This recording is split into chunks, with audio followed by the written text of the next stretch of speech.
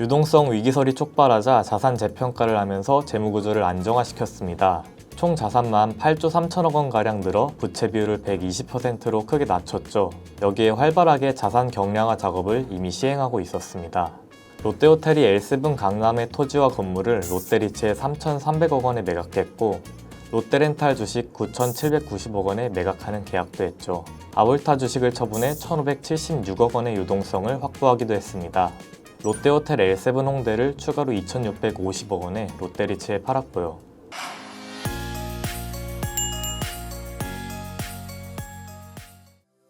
롯데그룹은 2025년 기준 국내 재계순위 5위에 위치한 최대 규모의 유통그룹인데요.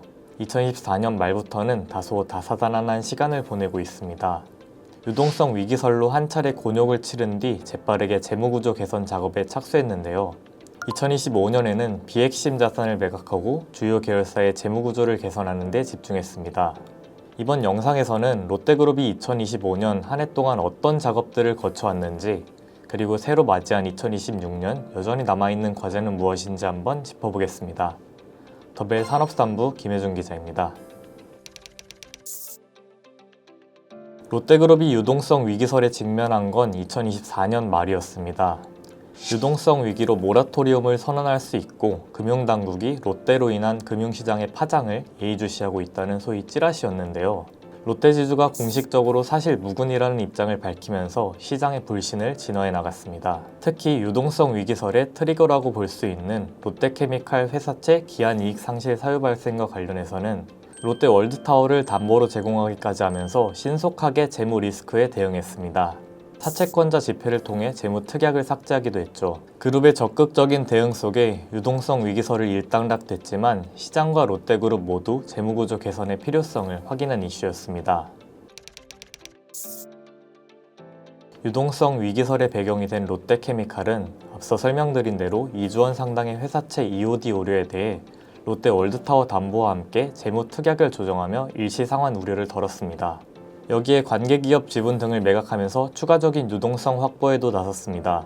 지난해 초 인도네시아자회사 PT 롯데케미칼 인도네시아 지분 49% 중 25%에 대한 PRS 계약으로 6,500억 원의 현금을 조달했습니다. 파키스탄 PTA 자회사 LCPL의 지분 75.01%를 979억 원에 매각하기도 했죠.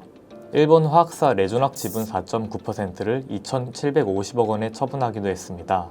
2024년 10월부터 총 1조 7천억 원에 가까운 유동성을 확보했죠. 롯데케미칼을 둘러싼 이슈가 수익성 악화에서 기인한 만큼 영업 환경 개선을 위한 조치도 이어가고는 있습니다. 현금 창출력 회복과 적자 축소를 위해 정부의 석유화학 구조조정 방침에 따라 NCC 사업 재편 초안을 산업통상자원부에 제출하기도 했습니다. 호텔롯데는 2025년 3분기 말 기준 12조 원을 상회하는 유형 자산을 보유 중입니다. 토지와 부동산을 기반으로 호텔과 리조트 등의 사업을 영위하고 있어 자산의 활용 가치가 가장 큰 계열사로 꼽힙니다. 롯데그룹의 재무구조 개선 작업에서 중추적인 역할을 맡고 있는 배경이죠. 먼저 유동성 위기설이 촉발하자 2024년 말 자산 재평가를 단행하면서 재무구조를 안정화시켰습니다. 총 자산만 8조 3천억 원가량 증가하면서 부채 비율을 2023년 말 166.7%에서 2024년 말 120%로 크게 낮췄죠.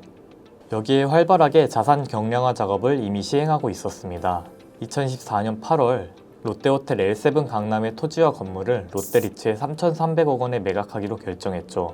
2025년 초에는 롯데렌탈 주식을 9,790억 원에 매각하는 계약을 체결했고 아볼타 주식을 매각해 1,576억 원의 유동성을 확보하기도 했습니다. 여기에 롯데호텔 L7 홍대를 추가로 2,650억 원에 롯데리츠에 매각했습니다. 주력 사업부의 수익성도 회복되는 추세입니다. 주요 사업부인 면세와 호텔, 월드사업부 모두 코로나19로 직격탄을 맞을 수밖에 없는 사업군이었는데요. 면세점의 경우 채널 재편과 따이군 거래 축소, 내부적인 구조조정을 거쳐 흑자 전환하기도 했죠. 이에 지난해에는 롯데건설이 신종자본증권을 발행하며 조달하는 7천억 원 중 호텔롯데가 4천억 원 규모의 지급보증을 제공하기도 했습니다. 롯데쇼핑은 롯데그룹의 근간 중 하나로 유통업을 담당하고 있죠. 호텔롯데와 마찬가지로 보유 중인 토지와 부동산을 기반으로 유통업을 영위할 수 있는 환경을 마련했습니다. 2025년 3분기 말 연결 기준 총 자산은 38조 2,493억 원입니다. 2024년 말 자산 재평가를 통해 자산이 8조 7천억 원가량 증가했죠. 롯데쇼핑은 유동성 위기설이 나오기 이전부터 자체적으로 총차입금을 감축하는 작업을 진행해 왔습니다. 2020년 제로금리 시절 외부 차입을 적극적으로 활용했지만 이후 금리 인상 사이클에 따라 이자 비용 부담이 커지면서 총차입금 규모를 코로나19 이전 수준으로 축소하는 과정이었습니다. 유동성 위기설 이후에는 유유자산 매각 등을 통한 구조조정 기조가 다소 강화된 양상입니다.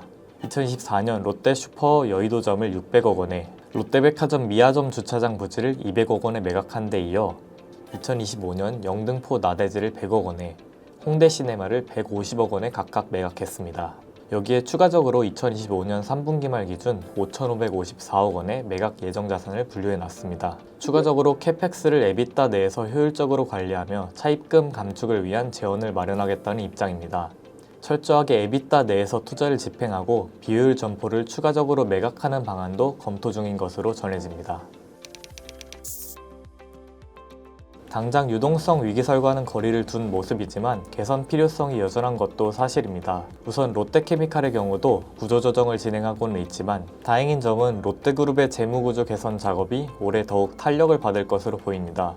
고정욱 사장과 노준영 사장이 롯데지주 공동대표이사를 맡으면서 재무혁신 라인을 중심으로 체제가 재정비됐는데요. 유동성 위기설 국면에 대응해 개선 작업을 이끌어온 인물들이죠. 낙관적 전망만을 담을 수는 없지만 롯데그룹이 2025년 펼쳐온 재무구조 개선 작업들은 앞으로의 건강한 롯데그룹을 만들기 위한 의지를 드러내는 대목이었던 것 같습니다. 2026년의 롯데그룹의 움직임 더벨이 관심 갖고 보도드리겠습니다. 지금까지 김혜중이었습니다. 감사합니다.